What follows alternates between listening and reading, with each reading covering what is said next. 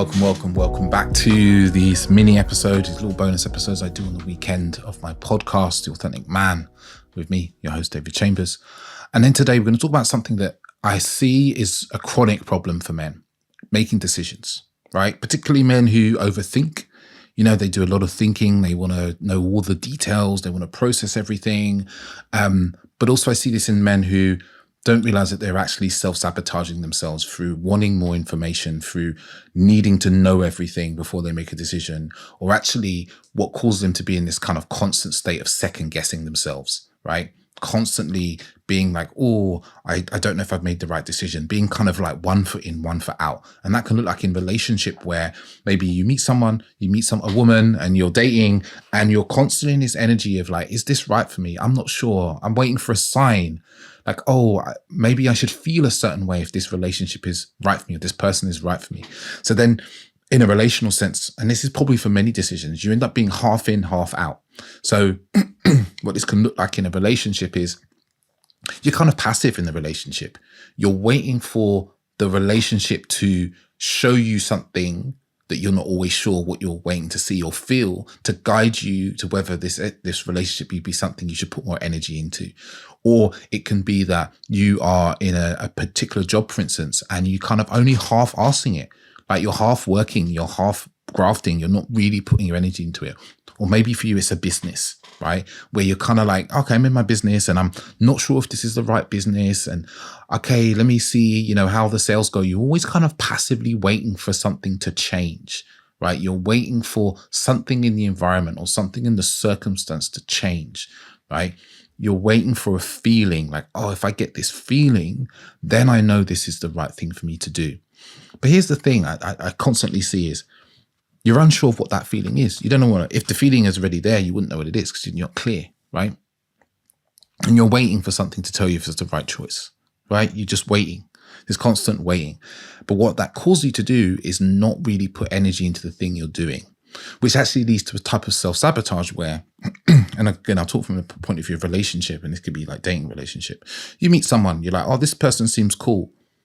We're dating, we're having dates. I'm not sure if the right person. So maybe you're not like talking about the future you want or talking about where you want things to go, or you are not really putting energy into making the dates happen and so forth, or planning dates together and so forth. So you're just kind of like cruising passively in the situation. Maybe your partner then starts to get a bit frustrated and is asking more of you or asking different things. And then you're like, oh, maybe this is a sign that this person isn't right for me because they're demanding lots of things and I'm not sure about this relationship yet. So I'm going to try and stay in this passive state. And you can put this into so many other things, right? You just insert the thing that you're second guessing, the thing that you lack commitment for, right? The thing that you're not really truly present to, and you're just kind of passive. Some of you are listening to this, and this is your whole life. Your whole life is a process of being passive, waiting for something to change. And what this is this self-sabotage, right? This like belief, underlying belief that things should look a certain way for them to be right. And I'm here to tell you that there's bollocks, right?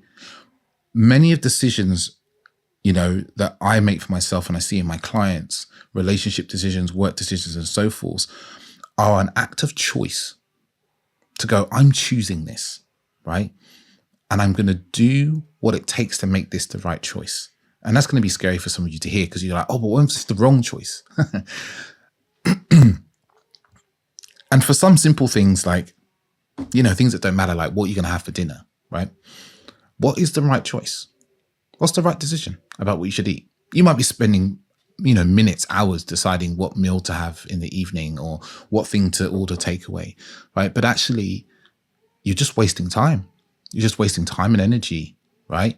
And this might be an habitual thing for you. You've been doing this all of your life. So you're always habitually like waiting, being not sure. Right. And that being not sureness leads to lost opportunities, lost love, lots of regret. You probably look back on your whole life or many parts of your life and go, man, I wish I'd done that differently. I wish I'd been different. I wish I'd talked to that girl. Maybe I wish I'd actually, put some energy into it. And this is this sabotage. It's like you're enacting this belief that you don't believe that you can have what you want. Right. But in fact, you're creating the very circumstances for this to happen. So what's the antidote to this? Actually, the antidote is really simple. It's choice. It's choosing. It's going, there's this thing. For example, it's this thing in front of me, a relationship. Let's use a relationship example. It ticks all the boxes. It's all the things pretty much you want. It doesn't have to be perfect, right? But I'm going to choose to be in this relationship and make this relationship right. I'm going to choose to put all my energy, all my commitment into the relationship. So like leaning in fully, being 100% in, being 100% yes, even when you're not 100% sure, but you're choosing to go yes to the relationship. You're choosing to go, I'm going to put my energy into this and I'm going to move this forward because I believe in the fact that in the unfolding of the relationship and the energy put into the relationship, the answer will become clear to me. And it might not be clear to you like in 5 minutes. It won't be clear to you in a month. It might take 6 months, a year, right? In the same way that a businessman, like a really committed businessman, doesn't do the business for 1 week to see if it's right or not. He doesn't be in his business in his half-assed way, waiting for a sign from the market. He goes full into the business, right? To really see if it's everything he wants. He puts commitment and energy and presence into it, right? The man who's a failure, he does things half-assed, right? And I see this habitually with men about relationships in particular, where they meet someone and they're like, this person ticks all the boxes. They're a great woman, like blah, blah, blah, blah, but I'm not sure. And I say, what are you not sure about? And they can't tell me what they're not sure about. It's just they're in this habit of being unsure, of being in a space of lack of commitment, of being in a space of wanting things to be easier or things to be obvious or wanting more options. And what they don't see is that this is just a habit. It's just this dysfunctional habit that keeps you locked in being stuck and not moving forward, or as my spiritual mentor would say, not moving up the levels of life, right? And if you keep feeding this habit, it gets worse. And the antidote is choosing. It's going, I'm going to choose something and I'm going to just carry it through. I'm going to just like be in it, like fully in it with your energy and your presence, right? Without unwavering, even when the times get difficult, because that's also really important. Because when the times get difficult in a relationship, for instance, if you just go to, this is the wrong relationship, I'm going to eject, you never learn what's possible when you move past that point. Because every relationship has a point where you're like, this is difficult, right? But that difficulty builds us up, like in the same way that when we go to the gym and we like lift weights, the difficulty, the failure moment, you don't go, I'm never lifting weights again. That was hard. That was too difficult. I'm never coming back to the gym again. No, you realize that creates the resilience and that builds the muscle for you to show up better next time, right? And this is how you need to treat your choices. Like, yeah, there's some discernment with many choices of like, is this the thing I want? You know, there's an impact on my life and blah, blah, blah. But there comes a point with so many decisions where you have to just go, I'm going to do this 100%. And I'm going to see towards like, as I go through, if this is right, because there's many decisions in life that are not right up front. You make them right with your energy, your passion, your presence and your effort and will, you know? And I say to someone who has, would be half in, half out of so many things in my life, who, I look at the decision me and also made about having Bjorn. And I was very much like, should we wait? Should we not wait? And then we decided to make the decision right, to make that decision that we made, to make that the right decision. And maybe in 20 years, we'll look back and go, maybe we should have waited a year, right? Or we should have waited 2 years. Or I shouldn't have done it at all, possibly, right? But I'm unlikely to get there because I've put full energy into making the decision, the right decision for me with my energy, instead of waiting for it to be the right decision, right? Or passively being unsure, second guessing constantly, hopping from foot to foot, in and out, in and out. And this is a really important lesson because it goes across all of life, right? It's the tiny decisions when you're choosing some headphones, or you're buying a microphone, or you're getting a new phone, or you need to buy a meal. Do you see this constant second guessing in you? There's, I'm not sure. Should I do this? Should I not do this? Because if you're seeing that, then for you, it's a habitual pattern. It's ingrained into your nervous system. It's ingrained into your psyche that you are someone who struggles to make decisions. And then the more you keep telling yourself that, the more you continue feeding this habit, right? The worse it becomes. So you have to start having faith. And it's a leap of faith sometimes with some of these choices, right? To go, okay, I'm going to choose this thing and I'm going to be 100% in it. I'm going to just keep putting my energy and my focus, right, into it and see it through much further than you normally would. And yeah, you might find yourself in relationships for a year and realizing, oh, actually that relationship wasn't right for me, but you will learn a hell of a lot about yourself. You'll grow as a person, or you'll start a business and it's not quite right, right?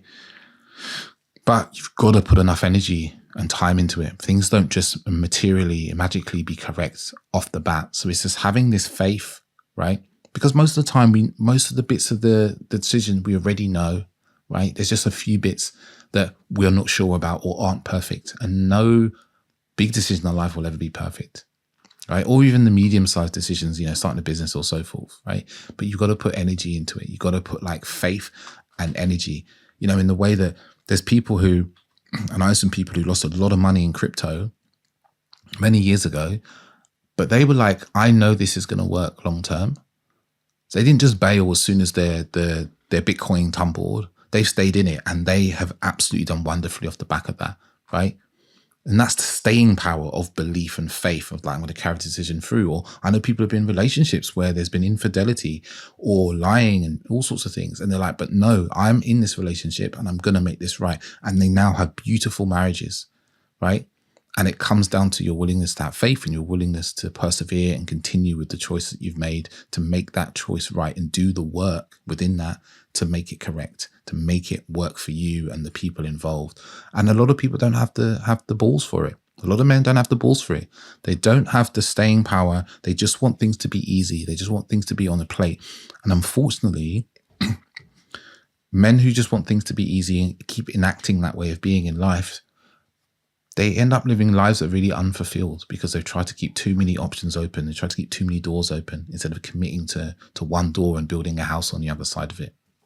Just a little off the cuff analogy.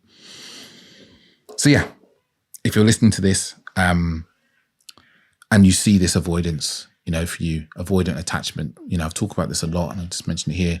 And it's something that comes up for you and stops you from making decisions. It's a very common thing for avoidant men to struggle with decisions, especially relationship ones, because seeing relationships as negative. Or you see some of the other habits of avoidant attachment. I've got plenty of podcasts about this. I'm running a program that's going to be coming up in a few months. It's going to start in April. It hasn't gone live yet. So, just stay tuned or let me know through your interest. You can just drop me an email. My details are down below, or you can drop me a message on Instagram if that's something you're interested in, because that's something that's really changed a lot of men's lives, that handling the avoidant attachment that stops us from getting close, that stops us being intimate and keeps us lonely and fearful of relationships. But that's enough for today. And I say ciao, ciao.